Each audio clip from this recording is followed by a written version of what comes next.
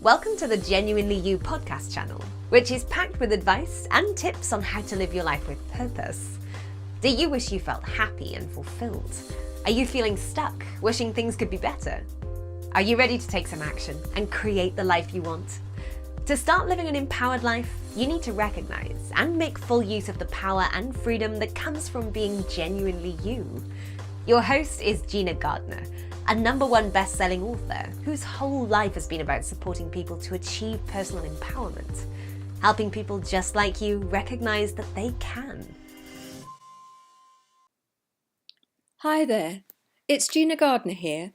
I'm so pleased to spend some time with you on Passionate World Radio. I hope you're enjoying life fully. If not, it's time to take stock. Protect the things which are going well and do something about those things you wish were better.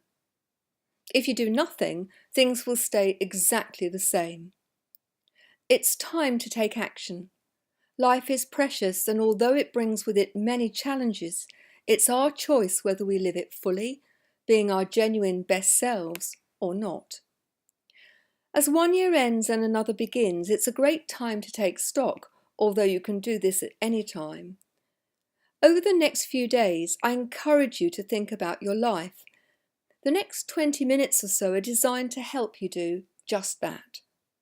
Counting the cost of what we do, how we live our lives, is really important, because if you don't, then you can't take the opportunity to change things for the better. Every choice we make has consequences, and every choice, whether we say something, do something or not, how we say it, every single thing that we do is our choice. We can choose to do nothing, and very often that's the choice that has the most far-reaching consequences of all. When work or anything else takes over in our lives, it has significant consequences across the whole of our lives. Some consequences will be positive and others negative. It's the balance between the activity and what it actually costs you and those around you which determines whether you should continue with it or not. Trouble is, we so rarely take the time to take stock of what we're doing and the impact it has on ourselves and those around us. We're often far too busy, so we do things on automatic pilot, and life carries on until there's a crisis, which forces us to recognise that something needs to change dramatically. In fact, research shows that 95% of what we think or do is habitual. We do it with no active, conscious thought. Think about how sometimes you drive somewhere and, having arrived, have no recollection of the drive there at all. It also explains why some relationships are so rocky. The response to a tone of voice or a comment is all too often, it brings a reflex triggered by an earlier experience. Things can deteriorate very quickly if both parties are on automatic pilot. And I work with lots of couples who have actually gone into a situation where they're constantly triggering one another. Very often it's nothing to do with them per se. It's an old problem from a parent, or they can feel as if they're being nagged by a teacher and it puts them back into a place where they felt powerless. But if both people are being triggered, it can cause incredible difficulties. So, why wait for a crisis? Wouldn't it be worth taking a little time to consider if you're living the life you really want, or whether life could be better for you and your loved ones, physically, intellectually, emotionally and spiritually? To do this, you need to allow yourself a little time to step back and to take stock. I suggest you take a blank piece of paper and create 2 vertical columns. In the left-hand column, create a list of everything that you gain from being just as you are. What are all the positives? What are the positives for your physical health, exercise and diet? Your financial status. Are you solvent or in debt at the end of the month? Your work. Do you enjoy it? Is it fulfilling? Or do you just do it to pay the bills? How do you feel about yourself? Do you have great confidence and a sense of self-worth? Do you feel that you've achieved the success you believe that you are capable of, both personally and professionally? Do you feel truly fulfilled? Or do you constantly think to yourself, is this all it is? Is there anything else? Now think about those things which affect your life negatively. Do you work overly long hours? Are you lonely? Do you always take lots of work home and think about work even when you're with the family, if you have one? Do you look after your health? How often do you laugh? I mean, really laugh until you're out of breath and your eyes are full of tears. Do you have great relationships with others? Do you have someone special to share your life with? And does that relationship give you joy? Do you ever take time to notice the beauty of nature, or are you simply too busy? Think about the negatives you're identifying and consider the impact on your health, relationships or lack of them, stress, lack of interest, the emotional cost. And I want you to think about that. Now, I do appreciate that while you're listening to this, you probably haven't got time to do it. This is probably an exercise that's best done after the show is over. But ask yourself these questions. Are you fit and healthy? Are you at an ideal weight? Do you eat a healthy diet, or are there too many unhealthy lunches with clients or too much sugar? Do you comfort eat when things get difficult? What about alcohol? We often talk about having alcohol in moderation. I wonder how you define moderation. Do you drink alcohol every day?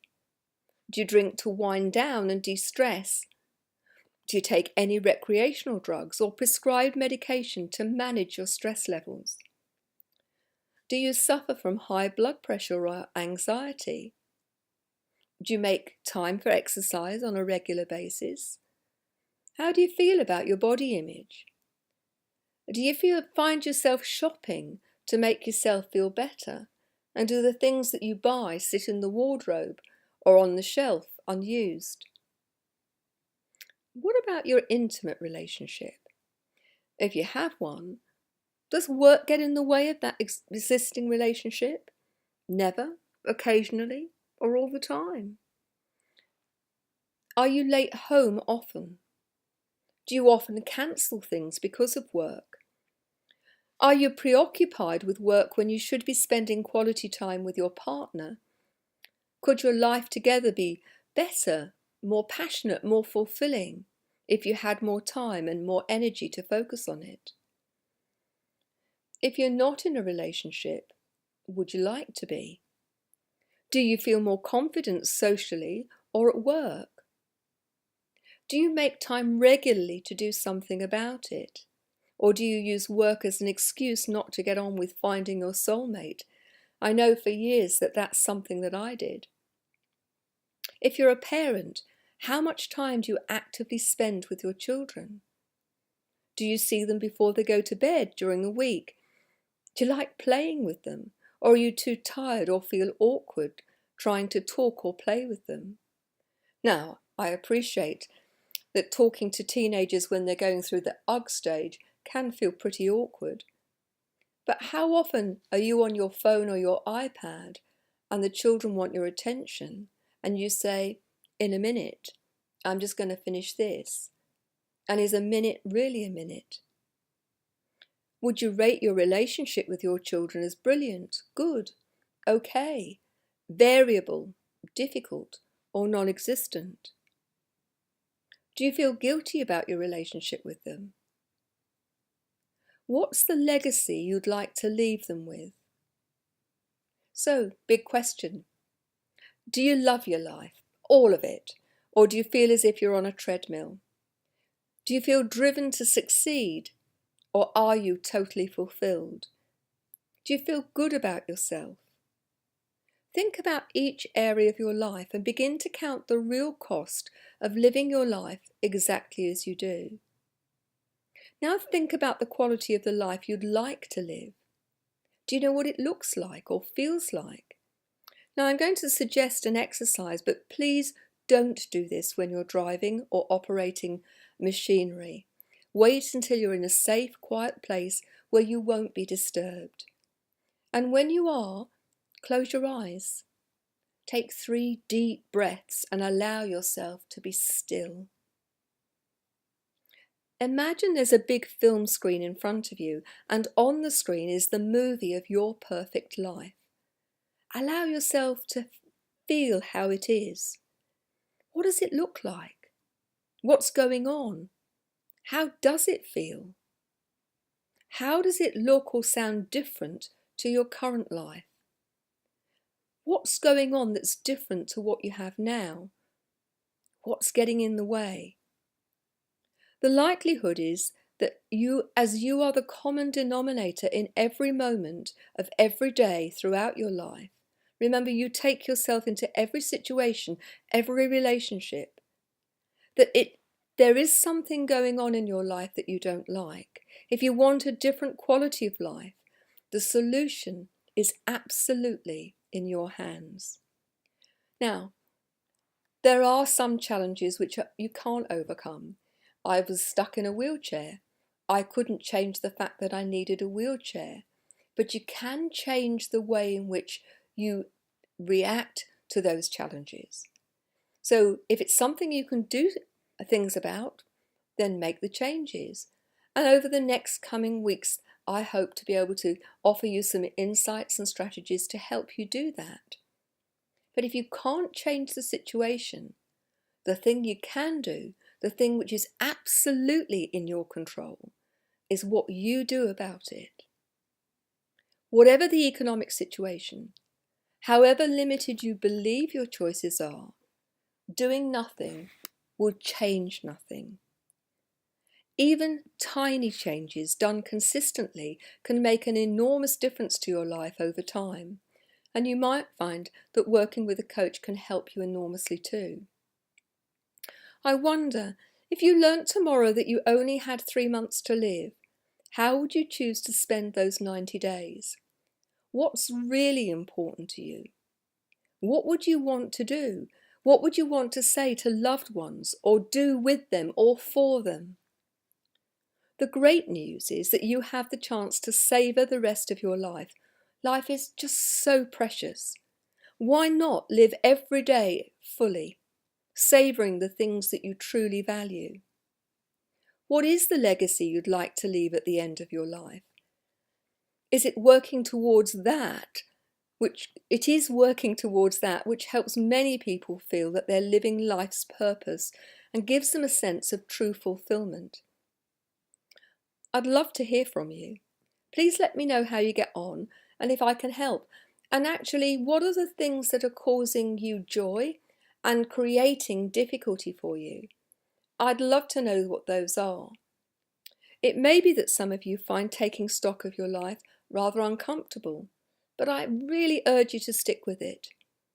Understanding what's going really well and building on it to make an even better life is really important, as is identifying the areas of your life you'd like to change.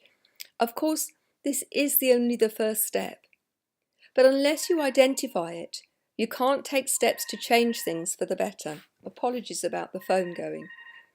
In future shows, I'll be offering you lots of insights into ways to do just that. Please let me know if there are any topics you'd like covered on future shows.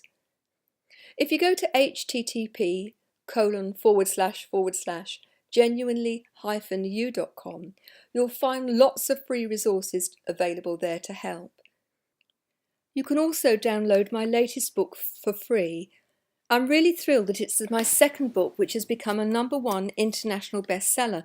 It's called Thriving Not Surviving: The 5 Secret Pathways to Happiness, Success and Fulfillment. It offers a holistic approach to getting the very best out of life. Everything in the book is based on either my own experience of facing and dealing with challenges I've since used the principles and strategies with countless clients with great success. Now, you may think it's all right for her, but I've had my challenges. I've learnt to walk twice as an adult following a serious ski accident and some years later 2 failed back surgeries. I ran my award-winning school for over 20 years, mostly from a wheelchair, and that created some challenges, particularly as I couldn't get the wheelchair through the doors of the classroom. So if you want the courage to live a fearless life, to be genuinely, authentically the amazing person you are, it's well worth a read. And because I'm so passionate about wanting to help people live an empowered life, I'm offering you the book for free. All you need to do is to go to the website https://genuinely-you.com. I look forward to spending time with you over the next coming weeks and months. In the meantime, you can contact me through the website or through the radio show. Please let me know what you think, and if you'd like me to cover any particular topics about confidence, dealing with stress, self-worth, or perhaps around relationships with your significant other or with your family members. Maybe it's around success, or if it's around happiness and finding your true purpose, just let me know and I'll do my very best to help. I hope you have a great week and I look forward to seeing you soon. With love. You've just been listening to another great Genuinely You podcast. We hope you enjoyed it. Genuinely You is a culmination of Gina's work, spanning over 30 years, of helping people learn what makes them feel happy and truly fulfilled, and how to achieve it. Please visit genuinely-you.com today to find out more.